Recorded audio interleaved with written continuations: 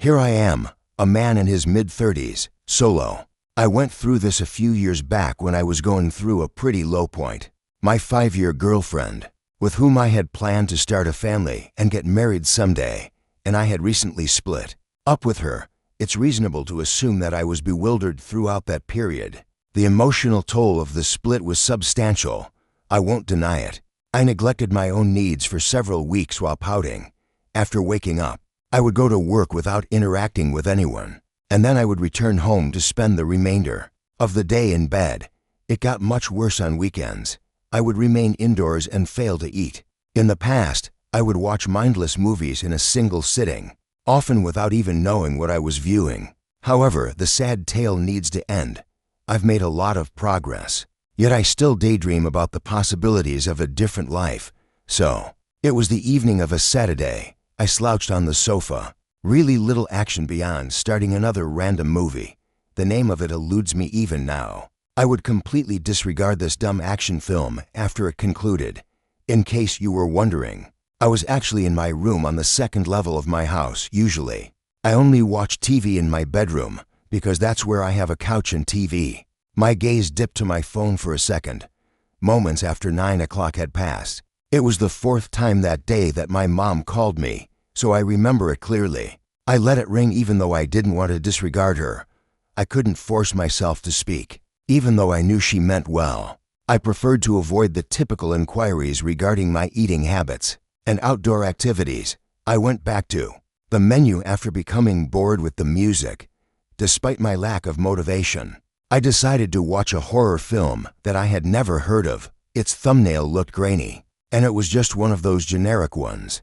I thought I'd give it a half watch before turning in for the night. I wasn't prepared for how terrible the movie would be until about 20 minutes in. It sounded terrible. I had to crank up the level to hear a syllable or two of speech every time someone spoke.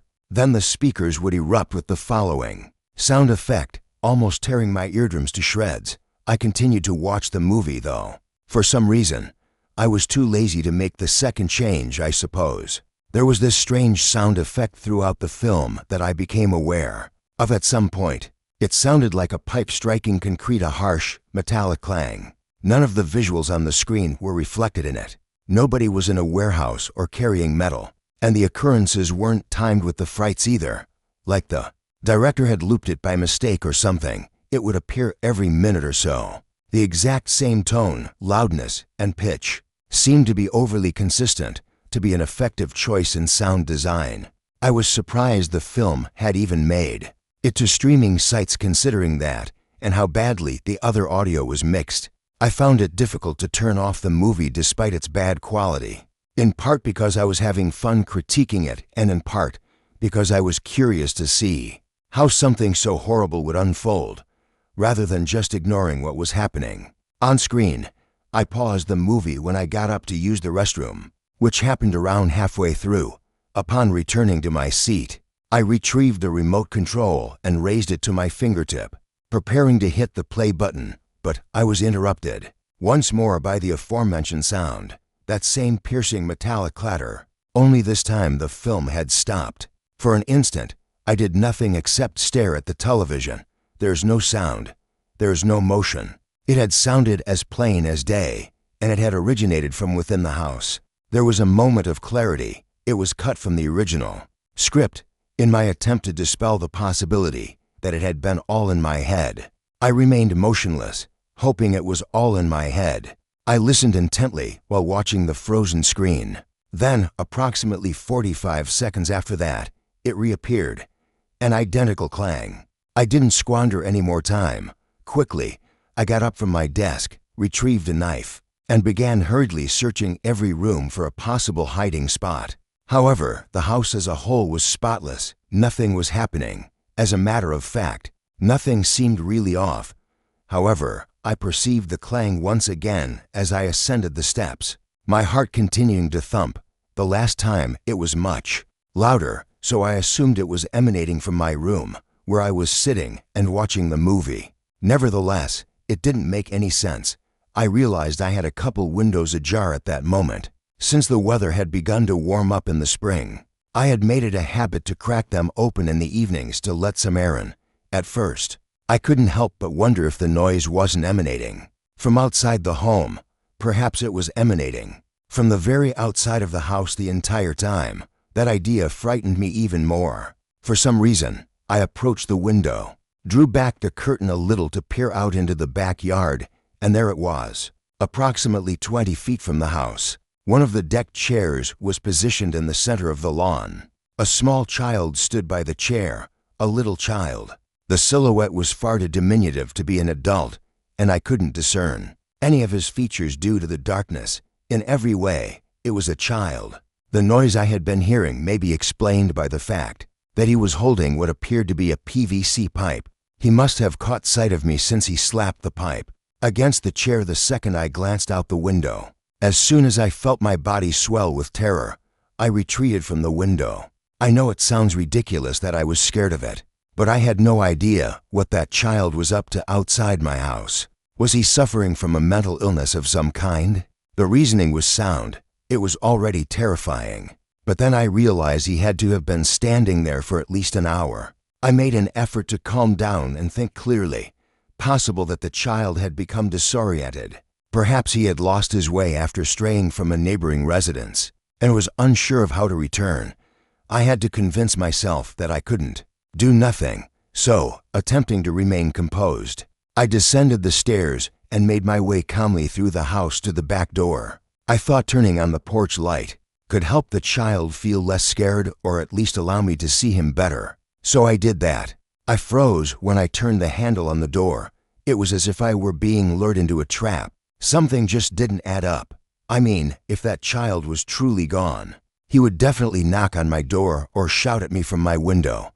What if, after an hour of contemplation, he still felt too afraid to do anything else and instead settled on pounding a pipe against one of my chairs? My God, that was really incredible. I stepped back from the door as if it were an intuitive warning not to walk outdoors. Slipping past the entrance, I approached a petite window that faced the porch and a portion of the backyard. I turned off the light behind me and raised the blinds a little bit with my index and middle fingers so I could see through them covertly. And behold, they appeared. When I opened my back door, I saw two men clad in black crouching underneath, as if they were prepared to ambush me. It seemed like I gazed at them for too long, since one of the men abruptly cocked his head and met my gaze through the glass. I quickly lowered the blinds and dialed 911. At the halfway point of my ascent, I became aware of pounding on the rear door. They attempted to get entry. In a mad dash, I secured the door to my private restroom. My anxiety had already begun to spiral out of control by that moment. It was as if I were paralyzed. To be honest, I was having trouble breathing. Just as I was about to step into the restroom, I perceived a thud coming from downstairs, followed by the sound of footfall as it reverberated throughout the room. I found those folks at my home. As I nervously awaited their descent from the hall, I perceived a pair of feet ascending the stairs. I noticed a tiny movement on the bathroom doorknob, and then there was a resounding thud, as if someone were attempting to force the door open. Because of that, I snapped. As soon as I shouted that the cops were on their way, whomever was standing at the entrance bolted back down the stairs. One of the doors slammed a few seconds after that, and then there was complete quiet. Not long after that, the cops showed up, and I spilled the beans. Since I lacked cameras and could not provide them with any useful information, they were unable to accomplish much. Having a child involved was the one factor that heightened their level of seriousness.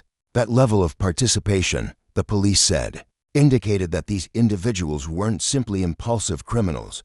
The fact that they were prepared to go to extreme lengths was terrifying to me as well. Thinking about how the poor youngster was involved in it all makes me sad. All the reasons I've thought of are just as repulsive.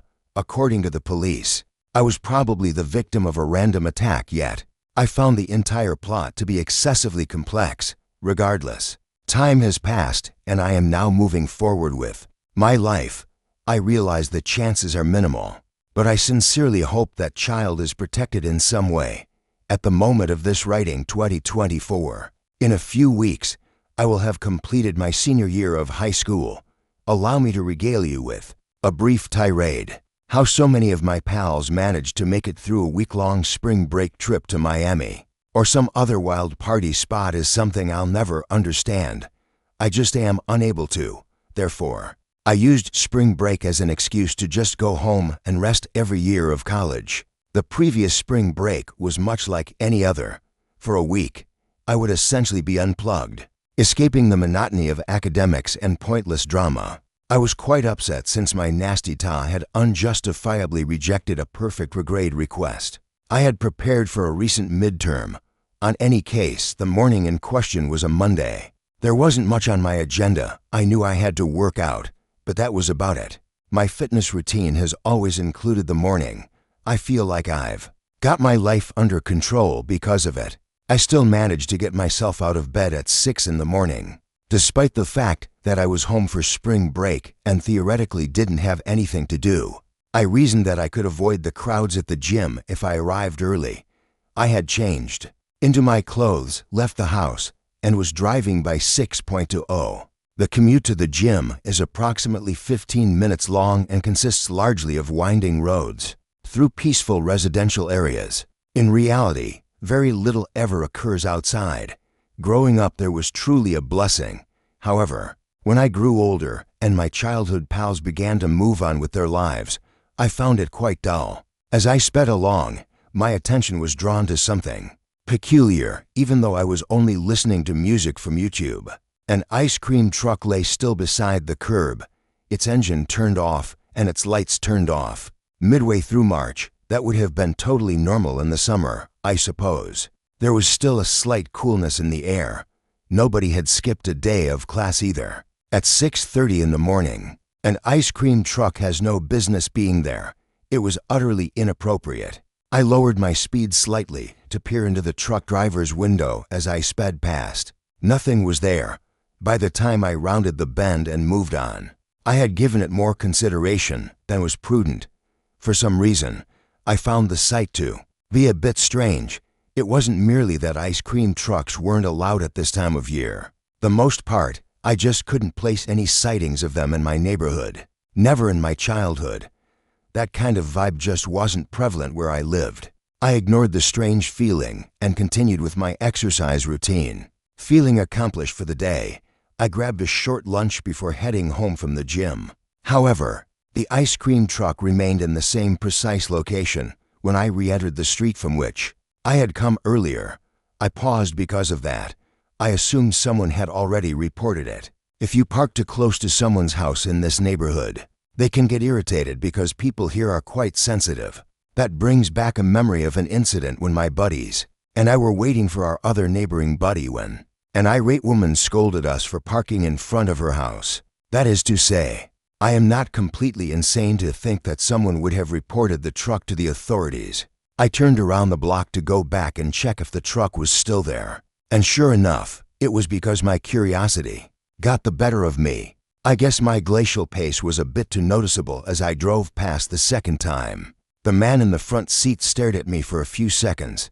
His expression seemed strange. A scraggly beard that appeared to have gone unshaven for years accompanied his large, nearly cartoonishly pointed nose. It was as if he made his home in his car. Made me feel uncomfortable. After that, I headed straight for home. I was all by myself since my parents were both at work. In the hours that followed, I did little more than kill time. During the middle of the day, I strolled down the driveway to see what mail had arrived. Reaching the driveway's end, I glanced down the street and almost passed out inside. Remember, that ice cream truck, it was back again. It was parked approximately 3 houses down the street. Across the street, I couldn't see it. It seemed like more than a coincidence, though. In that split second, I froze. I did nothing but stand there, attempting to interpret all I saw. Did that man actually pursue me all the way home? He had, I knew. Nobody could come up with any other reason, without making it seem like I'd seen anything. I ran back inside to get the mail. I proceeded to one of the guest bedrooms after I reached the upper floor. I peeped through the curtain to have a better view of the street from an angle. Where there is a window, the ice cream truck was, in fact, still stationed there. It has been a few minutes of watching, and still nothing has happened. I couldn't tear my eyes away. even though I had no idea what to anticipate. In the end, I was stuck with no option. I attempted to get some work done on my laptop since I didn't have all day to sit and stare out a window, but I was unable to concentrate. It seemed like I needed to return to the guest room every half an hour or so just to look out the window. No matter how many times I glanced, the ice cream truck remained in plain sight. Nonetheless, it had shifted to a different location, suggesting that the motorist had been purposefully navigating around the roadway. It was my decision whether or not to contact the authorities that was clouded, since nothing had transpired. I was at a loss as to what to say. My curiosity got the best of me, and now I regret not doing what a reasonable person would have done, calling the police or trying to ignore the truck. Because my older brother enjoys bird watching so much, I began rummaging around his room in search of the binoculars I was sure he had stashed away. I tracked them down and went back to the guest house after a while. I drew back the drapes and peered through the binoculars at the truck. What I was about to witness completely caught me off guard. Looking out the driver's side window, I could make out the figure from before, but this time he wasn't merely sitting. With his own set of binoculars, he was staring back at me. Upon noticing my gaze, he promptly removed the binoculars, started the truck, and sped away. It appalled me. After physically following me home, that man spent the greater part of 3 hours spying on my house and myself. I eventually contacted the authorities at that point. Its intended purpose was completely unclear to me. There was nothing else I could have done. My story went something like this. This ice cream truck had been circling my neighborhood all day, and I'd spotted a guy inside using binoculars to spy on my house. As soon as I turned around, he drove away. The dispatcher remained composed and informed me that someone had been deployed to patrol the area to maintain surveillance. She assured me that, due to their distinctiveness, ice cream trucks should be easy to spot. She abruptly ended the call. After that, I was at a loss for what to do next. I informed my folks when they returned home a little while later. They seemed worried, but they also assured me it was probably not a big deal anymore. I promptly dozed off because I was really exhausted by that point. After a while, I started waking up at odd hours. I reached for my phone from my nightstand. Without thinking, it was somewhere after 3 in the morning when I heard it. I lay in bed and tried to put my finger on what had roused me from my slumber. It was virtually imperceptible due to how faint it was.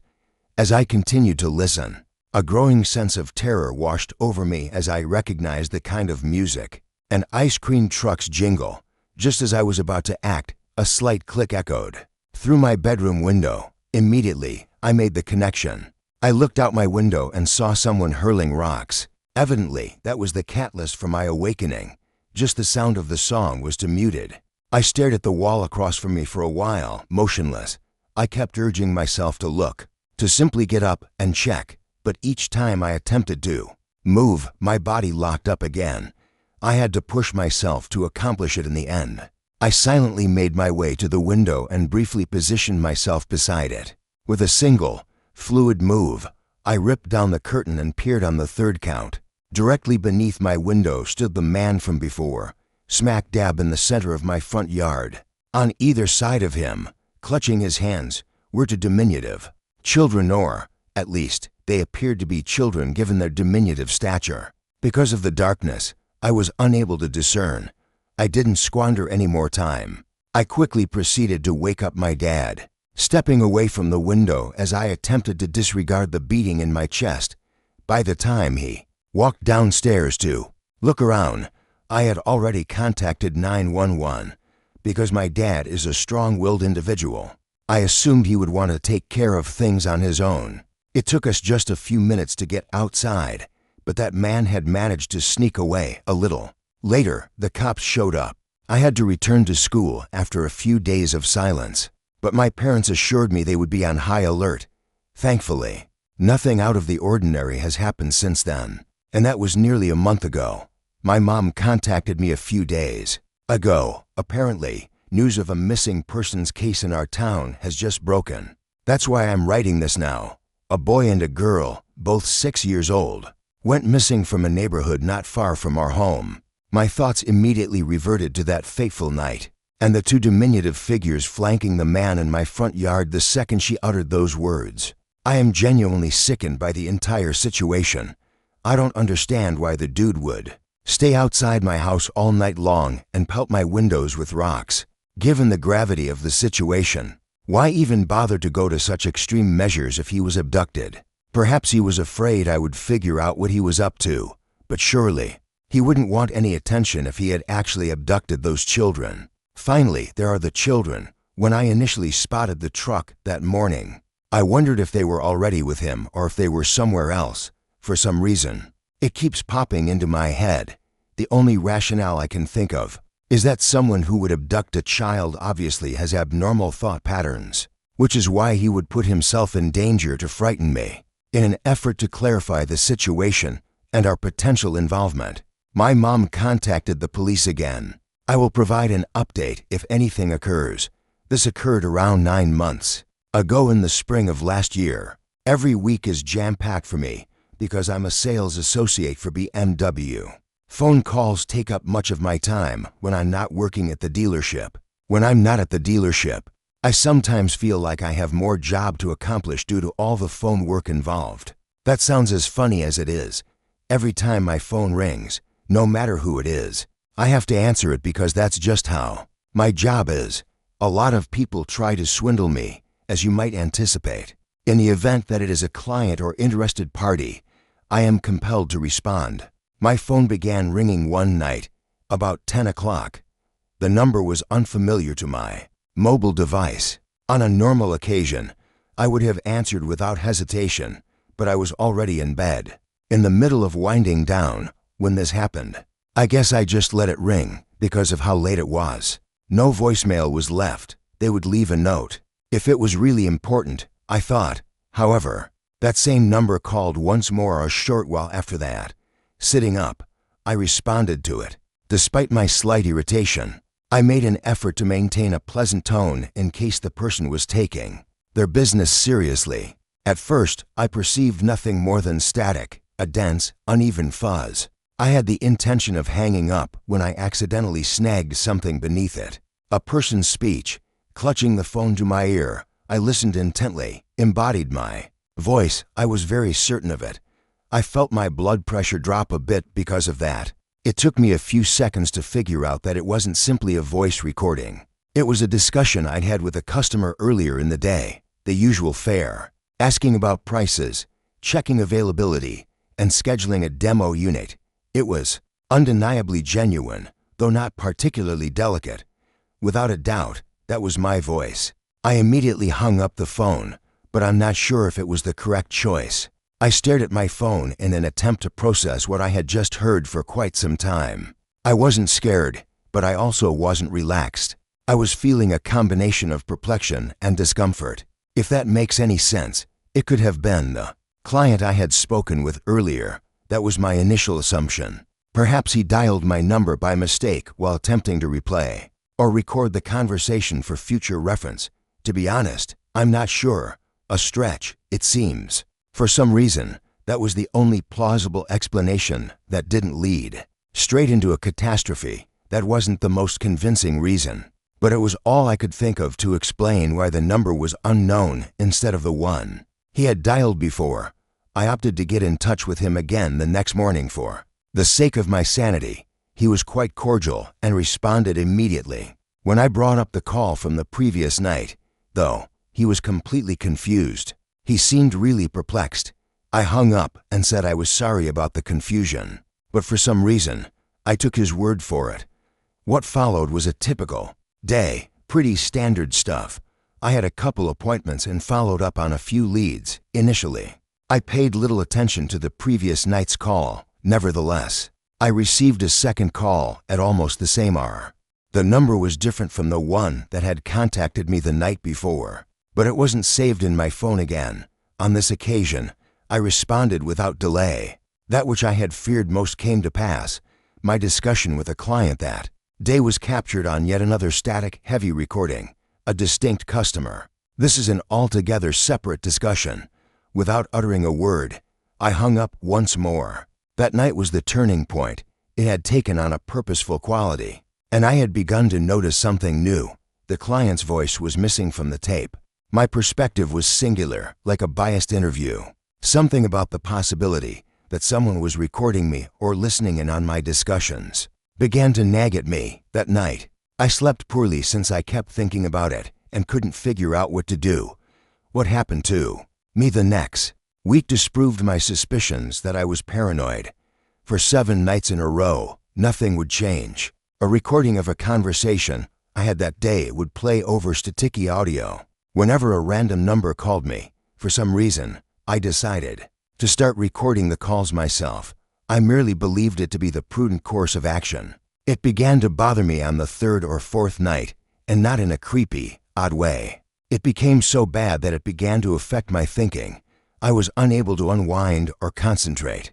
I began by triple locking my front door, and then I made it a habit to leave a nightlight on in each room because I felt like someone was watching me. From outside the window, I even went so far as to put a chair in my bedroom's entryway at one time. My thoughts were in a very different place at the time, and now I can't even begin to explain any of these choices. It may sound absurd now, but I couldn't get rid of the feeling that someone was watching me whenever my phone rang. Even during the day, I would go outside and answer it from the safety of my car, where I could see everything. I went so far as to mention it to the police once. It was an embarrassing ordeal for me. Still, I felt obligated to file a report if someone was keeping tabs on me. I could tell the officer I spoke with didn't take the matter seriously, despite their politeness. He mentioned that they could investigate the numbers, but that they would be unable to take any action in the absence of a clear threat or proof of harassment. They may have stored the information away and forgotten about it, or they may have attempted to track the calls. It was useless in any case. I felt even more isolated in it, if anything. However, after a few days, the calls came to a sudden halt. I wanted to believe it was finished, but I couldn't relax after that week of constantly monitoring my surroundings and receiving calls from my car. Whoever was pestering me must have been scared off by then. Surprisingly, the abrupt lack of communication just served to deepen my descent into paranoia. I always assumed I was prone to acquiring a mental condition because my mom is schizophrenic, but it was occurring to me in front of my eyes. I was on the verge of joining the ranks of the solitary, who believe everyone is watching them every move.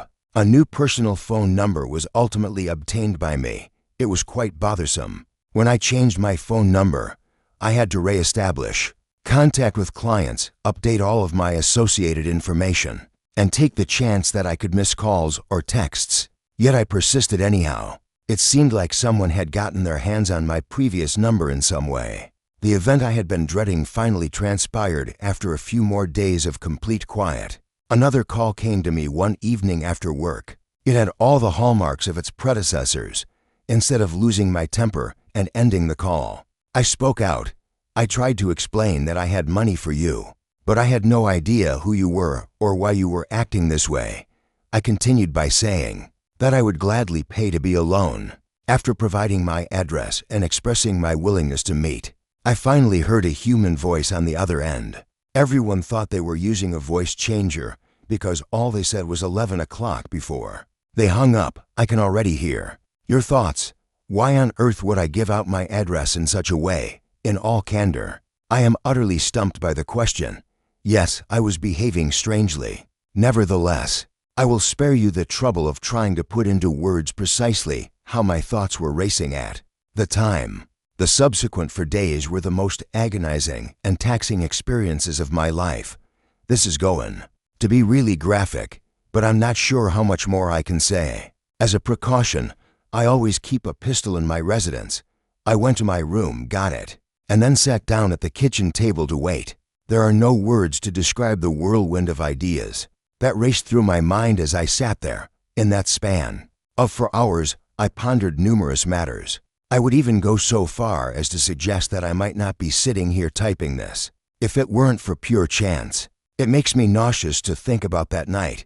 No one showed, even though the clock read 11 o'clock. I can't say for sure what I would have done if they had shown up. In the end, I slept with the revolver holstered at the kitchen table. Thankfully, That was the last night of what was undoubtedly the worst of my life, even though I never received another unexplained call. The damage that individual had done to my mental health was permanent. I had to take a lot of time off work and go to therapy in order to become well. It gives me the willies to think about how close I came to going insane. Whatever occurred to me will remain a mystery to me. The identity of the individual or people that taped my chats remains a mystery to me. Why they hounded me and then stopped is a mystery to me, even though I've already left that house. There isn't much more I can do. This ordeal has only served to heighten my anxiety about what is ahead. For some reason, I keep thinking that I'm going to turn out just like my mom. My hope is that by sharing this, it will aid in my healing process.